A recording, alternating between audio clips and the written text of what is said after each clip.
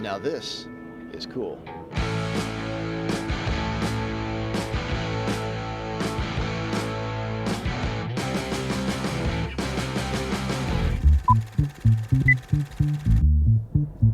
Well, good morning, everybody. Chris Beytes, editor of GrowerTalks, Green Profit, and Acres Online here, driving for a change. Where am I driving?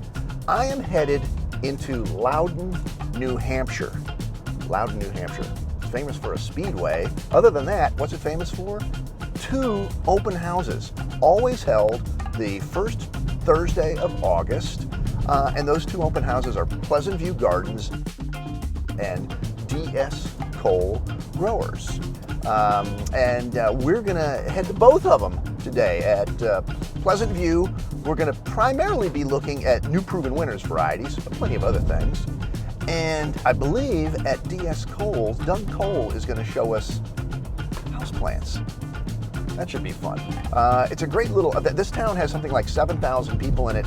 I believe the population swells by a full 10% as some 700 or 800 people come in from all over New England to attend this event. So it's going to be a good time. And as a special surprise, I have a special guest who is going to be helping me out today. Can't wait to see who it is.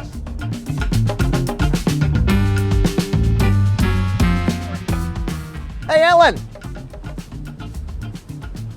I told you I had a special guest, Ellen Wells. Hey, hi. Making a return to our videos. Here I am. You know Ellen from Green Profit. Green Profit and Buzz and Tropical Topics. That's right. So today, because she lives in Boston, which is just down that way, an hour, how long? Hour and a half that way. Not that way. See. That's Maine. Anyway, is Maine that way? I think so. Anyway, I don't know. here we are at Pleasant View Gardens. We are going to cover their trials out here, which are spectacular. Some of the most beautiful trials you will ever go to. Not to diss anyone else, but these are beautiful. They are beautiful. With that, let's walk around, find some of the nice displays that we both liked. Then we're going to look at the new proven winner varieties. You know, you can't get the full effect of the Supertunia jazzberries on their presentation trellis over here, but look at them from the view from Snoopy. It's absolutely spectacular. Or all those butterflies flying above. I bet they have a beautiful view too. And you know what else they have a lot of here is beautiful plants in beds. Luscious Royale Lemon Tart is the new lantana. We're going to see that one in a second. Filling up this bed, attracting the bees there. And Ellen and I both liked these low-cost planters you could do around your garden center. Color coordinated to the flowers, I think you'll note. And they're constructed of concrete blocks. I think these are like chimney blocks. These happen to be 12 by 16, big hollow in the center, lots of room for soil. Stack them, paint them, do whatever you want with them, right? I just noticed they have cilantro here.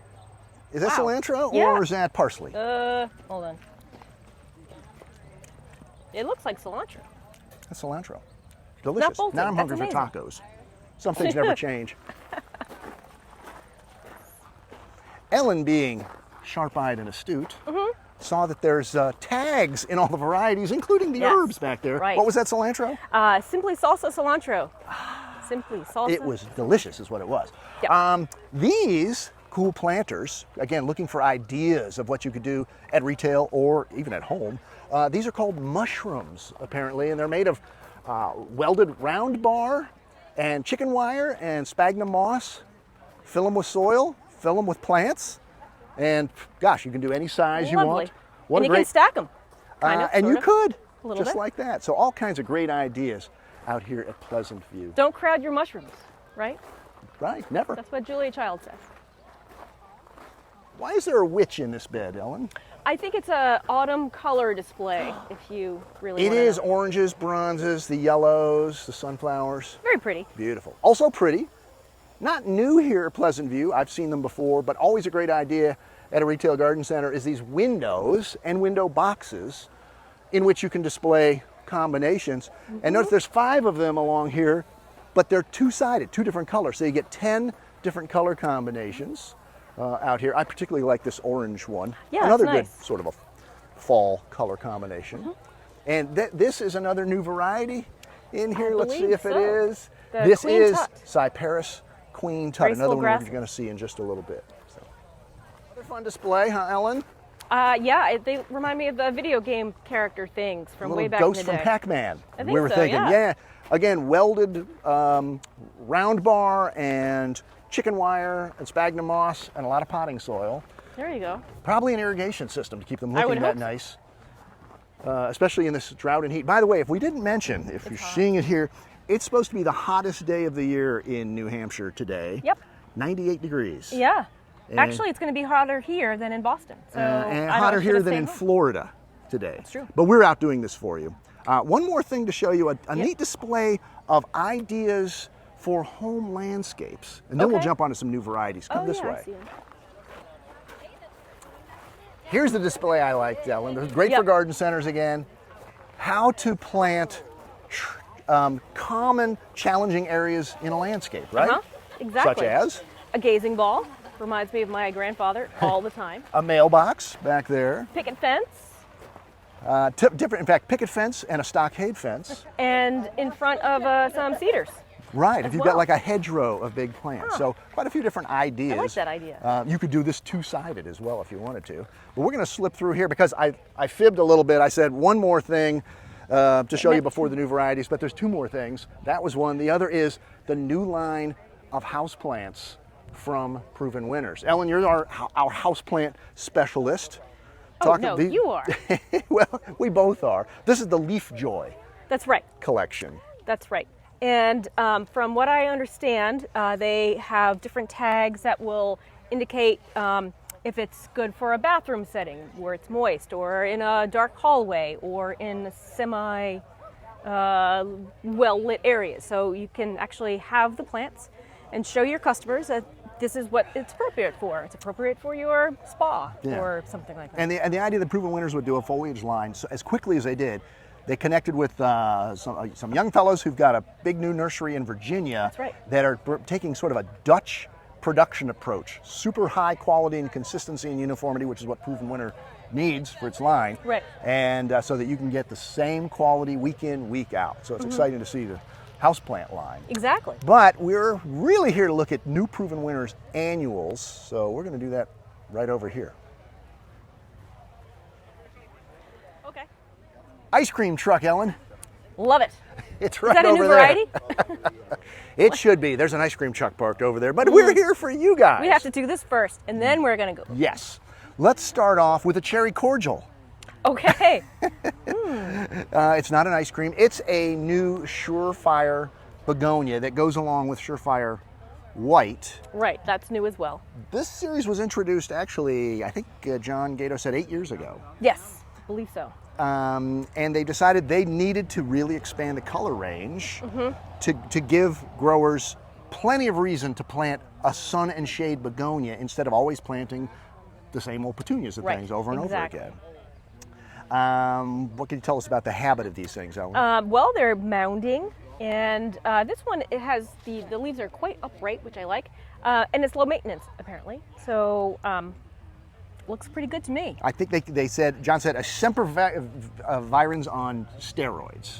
He did say that. Yes, exactly right. So that's how you think of it. So a little further down, we've got a Super Bells double. This one is double yellow. And blooms all season long. We're here early August. Right. And it's how hot? It's hot. It's what, 98, something like that? And look at all the flowers covering it up. Now it says 6 to 12 height, but I have a sample of this as well, and it is quite low. It's probably 4 max. Very spreading. And what do the pink flags mean? People like it. Women, actually. Women chose this as their favorite. If you see a blue flag, it means men like it, which means it doesn't They matter. ignore. No, I'm kidding. Here's another pretty one being admired by some of its fans. Or they don't get enough. Don't mind us, folks. This is the Super Bells Prism Right. Pink Lemonade. What does Prism mean, Ellen? Okay, so what they're doing with this is the blooms start off yellow and then turn yellowy pinkish and then eventually turn, what would you call that, pink? More pink. Yes. All pink.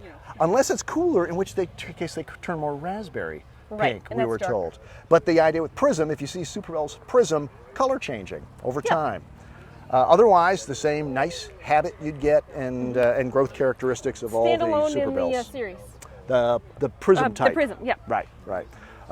One improvement in the Superbell's yellow, which is improved for faster rooting. Yes. Something the consumer will never know. I know. but the grower will. I have one of these as well, and it is fabulous. It took off right as I planted it. And so. if you'd had the old one, it wouldn't have. I know. There you go. See, you did get the benefit. A new Caaroline sub-series in the Color Blaze collection called Mini Me, and this one is watermelon. And I think Mini Me is probably pretty descriptive. Yeah, a little bit smaller. Very compact type. We don't know if that means also very fine foliage. I would tend to think so, but not necessarily. We'll have to see. First of probably many Mini Me's. Yeah. And another Cyperus. There are now 4. I want to say 4. In the Graceful Grasses Tut collection. You had King Tut, Baby Tut, Prince Tut, and now Queen Tut. I thought there was a queen already. No, so we're trying to find, well, what does queen mean? And queen is vigorous. I think it sort of compares to baby tut in habit, but it has many more umbels. They tend to spread outwards more. Maybe Jen could take a look in the distance at the other tuts over there. That is Prince Tut. Which has big hairy heads. We'll show those on some B-roll. Don't tell him that. And this has much smaller, finer heads on. So that's how you distinguish Queen Tut amongst all the other tuts. In the Proven Accents line of accent plants, they've introduced an Ipomoea called Illusion Penny Lace. It replaces garnet lace. Right, and they said it was improved over garnet lace. It's got a deeper red and a better habit. It's a little more mounding. Right. And less kind of sprawling trailing. And now for something completely different. I love when they name something and you know what it means. This is Sweet Caaroline Upside. Because? It's growing upward. And this particular cultivar is called Black Coffee for its dark foliage. And upsides grow upward. There's also an upside key lime, so you get the combination. But rather, don't worry that it's going to completely take over containers or your benches or your hanging basket, your ecosystems or something. Because John says it's actually slow to start doing this climbing stuff. It'll wait and do it on the homeowner. That's right. Which they want, probably. Probably. So it'll cover their decks. Ooh, a heat lover and a butterfly attractor. This is the luscious lantanas. I think this is also a new sub-series. Yeah, the basket. Meaning it's good for a basket. It doesn't cascade downwards. It kind of just falls a little. I think that's how he put it. That's right. And this is Tangelo, named for its interesting flower color there. And then in the Royales, we saw this one in a bed up front. I think I pointed it out, the lemon tart. Absolutely just vivid lemon. Beautiful plant. The pollinators are just climbing all over it. Speaking of pollinators, there's some Bees right there. Even in this is an improvement, so we won't spend a lot of time on it, but in lobelias, they're trying to get the heat tolerance. And Compact Blue with Eye improved. And there was you go. bred, they said, in Austin, Texas. Yeah. It's probably cooler in Austin right now than it is here in southern New Hampshire. But Compact Blue has been bred for larger flowers and more heat tolerance. Yeah, I'm surprised it's still Is it bee approved? He's very happy in there. And another cool weather crop that is being selected for heat tolerance is Nemesia, which they admitted that they haven't done a lot of work in the last 5 years or so. But in the Romance series, this is mulberry and bred for fragrance and heat tolerance. It's fragrant too. What did you say? It smells like it smells like California in April when we would see Nemesia looking beautiful during the California trials. And here we are again, 98 degrees today. It's looking really nice. Great.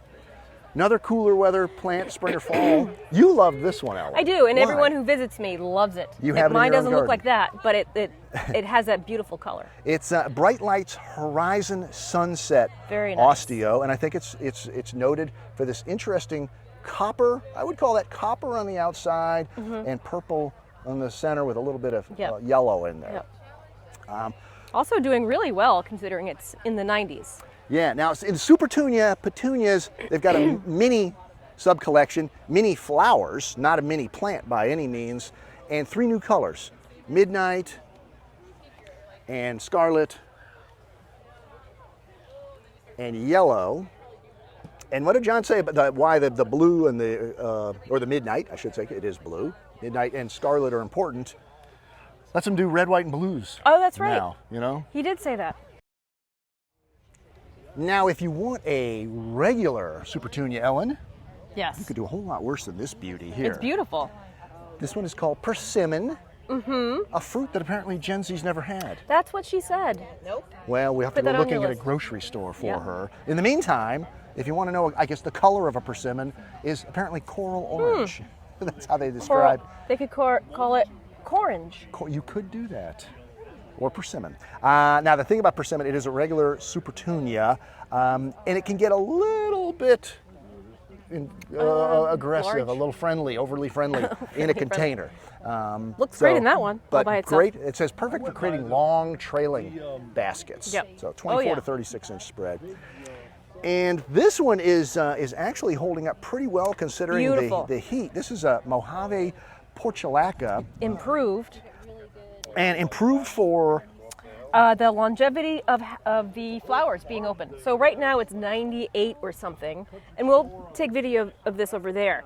But the not improved one, those flowers were already closed. Yeah, while this was still and wide these are open. still, they're just starting to close up. But Yeah. Yeah, 30 minutes ago, they were wide open and big flowers too. Big. Also bred for bigger I flowers. love it. I have a sample of it. It's great. Another improvement for flowers, not size, but compactness, is Rockin' Deep Purple Salvia. Otherwise, the same great color. Yep. Everything else, just a little bit more compact and controllable.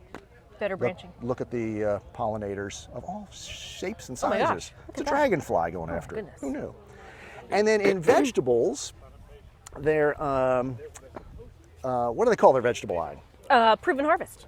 Of course they. Why did I not remember that? A bush bean, oddly Yeah, they're enough, first. They're first. but it's not to sell in packs or grandes. Right. They're selling it in as seed form, because apparently, and I know this because of my own seed planting of bush beans, they just explode. They just go so fast. They would be leggy and not sellable. Not that you couldn't put a whole bunch of them in a pot and sell it like that to a That's true. consumer. That's yeah. true. So that's Do a that. dragon tongue bush bean. We've got a snacking pepper called Pepper Pot's Sugar Kick. And the kick is right at the very end. You might start to feel some heat in the temperature of the pepper. Sweet, and then just a little Just a little kick. kick. They say if you like jalapenos, you're not even going to notice it. Yeah. And 3 tomatoes to wrap up the line. This was what started all of their proven harvests. That's okay. We're here for you. Garden Treasure, which is out of the University of Florida. This one's improved. They added disease resistance. Late blight resistance. Late blight. It's intermediate type. As you can see, it's starting to produce fruit down there and still have blooms up top. So they've improved that. Indeterminate, not intermediate. Indeterminate, thank you. And this one, Semi-determinate. which is, and this is a Bellini, a golf ball sized tomato, not a cherry sweet. tomato. Very sweet, he said. Low on acid, high on sugar, and it's an orange Yeah. fruit. That's what it Yep. finishes. And then if you'd like a yellow one that is also tasty, this one is called Patio Sunshine. And that one is determinate. Loads and loads of little fruits on here, and it wouldn't be, well, it's not pack trials, but it's a trial. It wouldn't be a trial if I didn't eat something. Okay, so go ahead. And you know what? Sweet. There's nothing like a warm tomato off the bush to just be delicious. And that one's warm. It's almost roasted. As we Charred, are. in fact. Anyway, well, Ellen, it has been so much fun, but we're not done. Oh, we're not? We're going, well, what direction is DS Cole from here? That way. We're going to go that way to our next stop here in Loudon, New Hampshire, D.S. Cole Growers, to see what kind of mischief we can find there with Doug Cole and company. And ice cream, I think. But let's get some here first, just in case they don't have it. Okay.